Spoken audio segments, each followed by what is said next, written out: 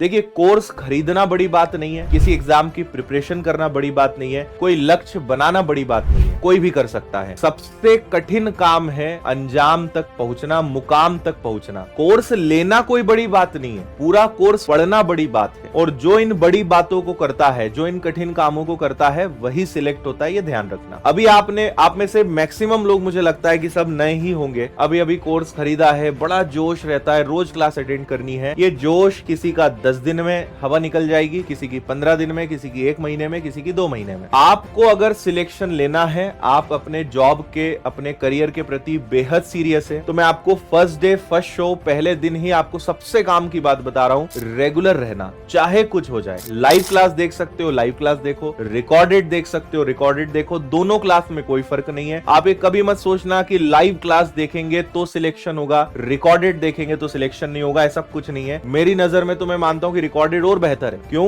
क्योंकि आपको उसमें फास्ट स्पीड बढ़ाने का ऑप्शन है, समय बच जाता है। तो जिसको जो कंफर्टेबल हो, कभी किसी को कॉपी नहीं करना है, अपने कंफर्ट के हिसाब से सारे डिसीजंस लेने हैं। 100 बात की एक बात बस मैं आपको बता रहा हूं, शुरू करना कभी कुछ अलग नहीं होता है। शुरू करने में कोई बड़ी बात नहीं है, बड़ी बात है आखिरी तक पहुंचना। मैथ्स में हम 35 चैप्टर सीखेंगे, 35 से ज्यादा टॉपिक्स हम पढ़ेंगे। तो एक टॉपिक, 2 टॉपिक पढ़ना इंपॉर्टेंट नहीं है, पूरे 35 चैप्टर पढ़ना, पूरा आखिरी तक टिके रहना, ये सबसे बड़ी बात है। और अगर आप आखिरी तक रुक गए, आखिरी तक आपने पढ़ाई कर ली, आखिरी तक अपने मन को समझा लिया, आप मानकर चलिए कि आपके सिलेक्शन को भगवान भी नहीं रोक सकते। क्यों? क्योंकि मेहनत के आगे भगवान को भी फिर झुकना पड़ता है।